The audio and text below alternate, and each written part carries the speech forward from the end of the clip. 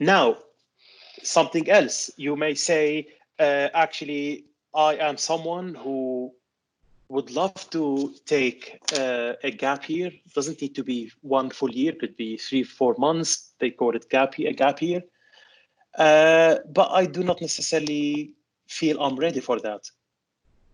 Financially, it will cost you money, of course, that's understandable. But also you may say, I did invest in terms of time and money to undertake an MSc at UCL, and I don't want to really just take a gap year straight after. I want to learn and learn by working for 4 organizations, and then I will do the gap year in 2024.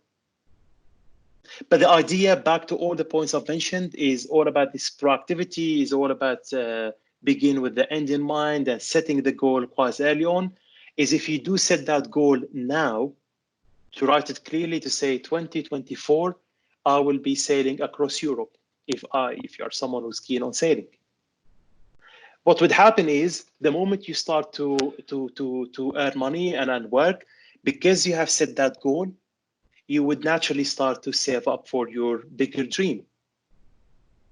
And many organizations these days, they do offer a sabbatical leave, where you could actually take a long period of time, could be 6 months up to 1 year, and they do secure actually your spot. So it's unpaid leave, but once you finish whatever you wanted to do within that gap year, you could go back to your role and carry on as normal. And the photo I'm including here is for my colleague Lorelia, pictured here in the middle. So Lorelia did MSc ED at UCL, and she worked for Bureau Happel for 2 or 2.5 years. And then all of a sudden, she said to everyone, actually, I am taking a sabbatical year, unpaid leave for 1 year, and I'm going sailing across Europe with 2 other friends. And then she revealed to us that that was her childhood kind of like a dream. She always dreamt about it. She obviously didn't have enough savings, and she wanted to do a master's degree and gain some experience. And this is basically what they did. They did sailing across Europe for probably 7 or 8 months. And they really thought that that was the very, very best experience that they would ever imagine they were able to do in their life.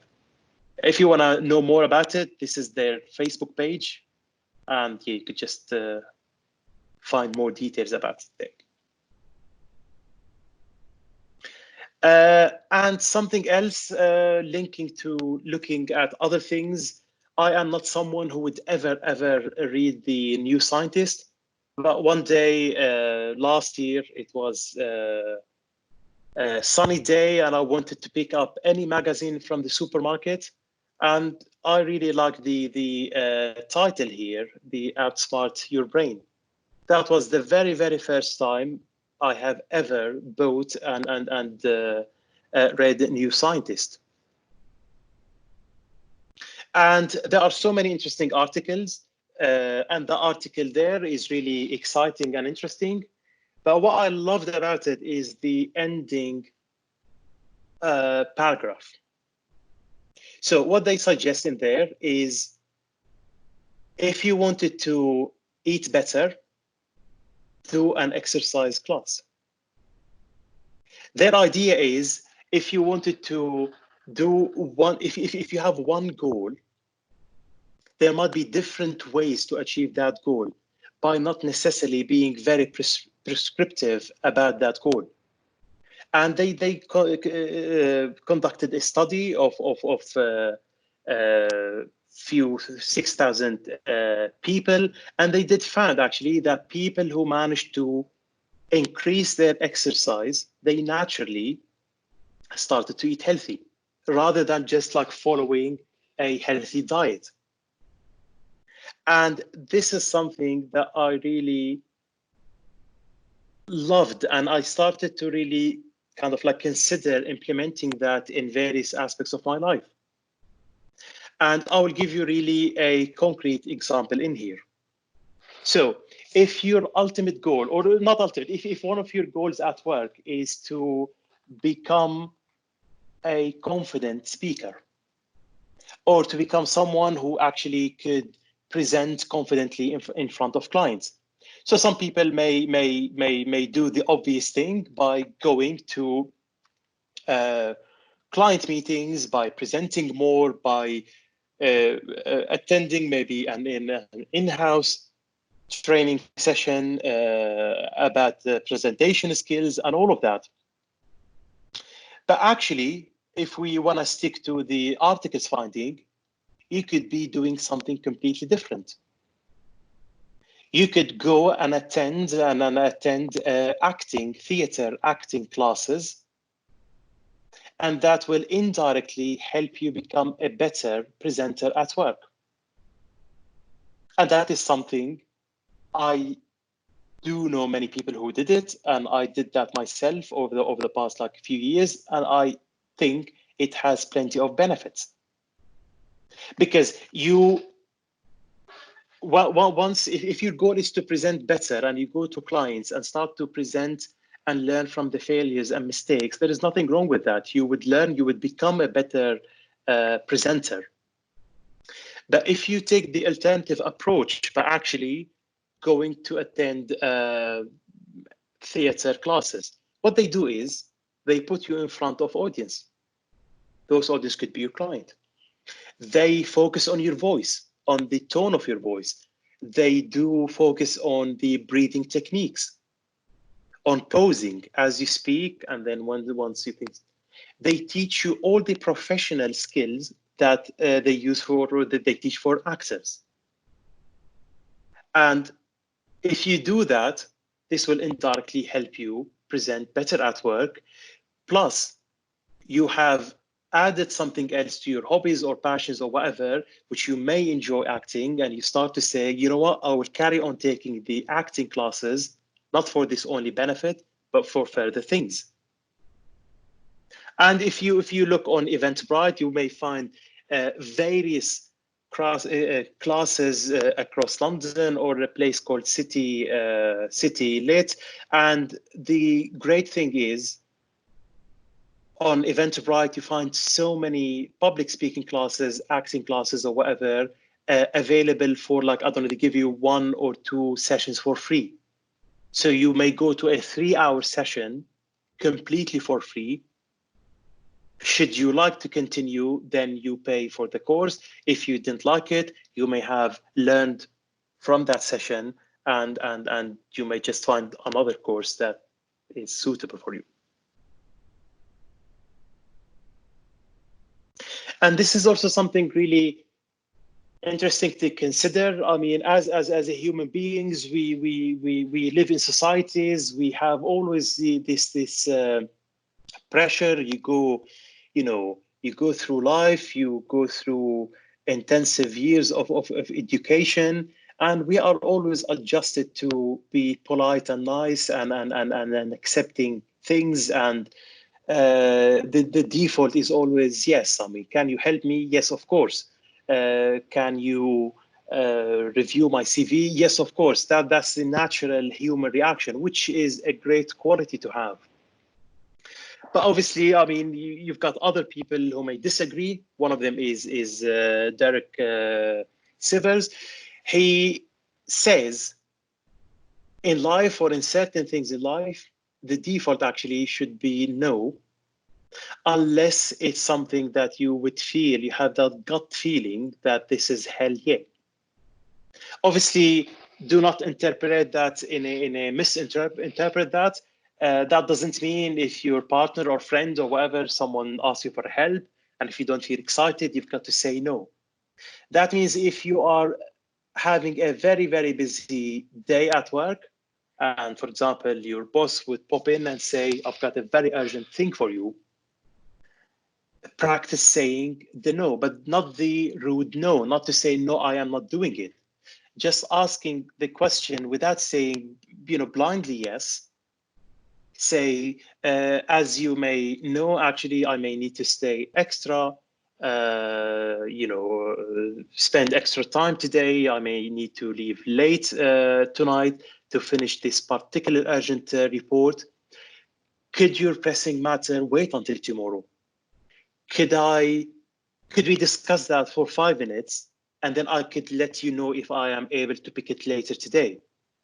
So you are actually saying indirectly the no, but you are giving your boss kind of also options or alternatives, or saying potentially I may be able to pick it, but actually if I do not have the time and if the task is really time consuming, I would basically say no without really creating any friction in that relationship. And the thing is that you need to consider here is when you start to say no to certain things, you are saying yes to various other things. So if you have said no to that particular task that may let you stay until 9 p.m. in the office, you did say yes to the gym class that you have booked at 8 p.m. or to the dinner party that you were invited, but you were thinking actually you may cancel that to respond to the urgent query at work. That could wait until tomorrow should you ask the right questions, or should you said, probably I wouldn't be able to do it. Right, this is the slide before the last one. Obviously, like many people, I do enjoy reading, and there are loads of books that I did read over the past years. But those 4 books, I always recommend them for people who are interested in self-development, learning from failure, knowing more about the tech and businesses, or really people who want to just enjoy kind of books that can really have a massive influence on their lives, actually. So The Alchemist is an old book that probably many people of you has read, but this is a book that I keep reading year after year. And I sometimes focus on certain chapters or certain stories within that book and start to say, how can I really implement or take that particular wisdom in that book and apply it to this particular situation that I'm dealing with at this moment. Black box thinking, I did mention that before. There are loads of lessons to be learned from that book about failure. And trust me, by the time you finish reading it and kind of picturing all those case studies and the extent of the failure that does happen in industries like healthcare or aviation or other things, you may actually start to be very humble about the tiny mistakes that you have made at work that didn't really have that significant impact. And that relationship with failure will really be probably reevaluated. The 7 Habits as well. Again, it's a book that maybe not everyone would enjoy the nature of that book, but if you would like to look at the summary, just by simple Googling, there are loads of videos and summary sort of like documents summarizing all those habits in a graphical format or like in 2 or 3 pages. So take the headline and see actually if you want to read further. And the last one is the Lean Startup. Is really all about innovation, is really all about how to start up a business, how to start up come up with a clever idea and test that idea, create a prototype, gather user kind of like feedback. And if you think this idea is not really viable, is not good, stop working on it. Do not really be sort of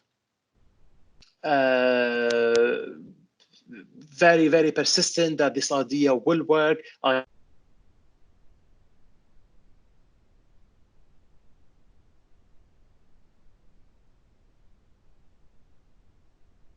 Oops.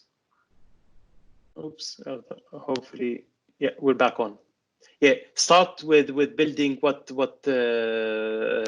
Eric suggests, the MVP, the minimum viable product, which could be anything, as I said before, anything that you want to do in your own business, in your career, in an idea you want to pitch to your boss. Anything you want to do, just do something that is very high level, test it, try it, keep sort of like enhancing that thing. If you think actually it's failing, it's not working, just pivot, just deviate away from that idea, because it may not necessarily be worth your time.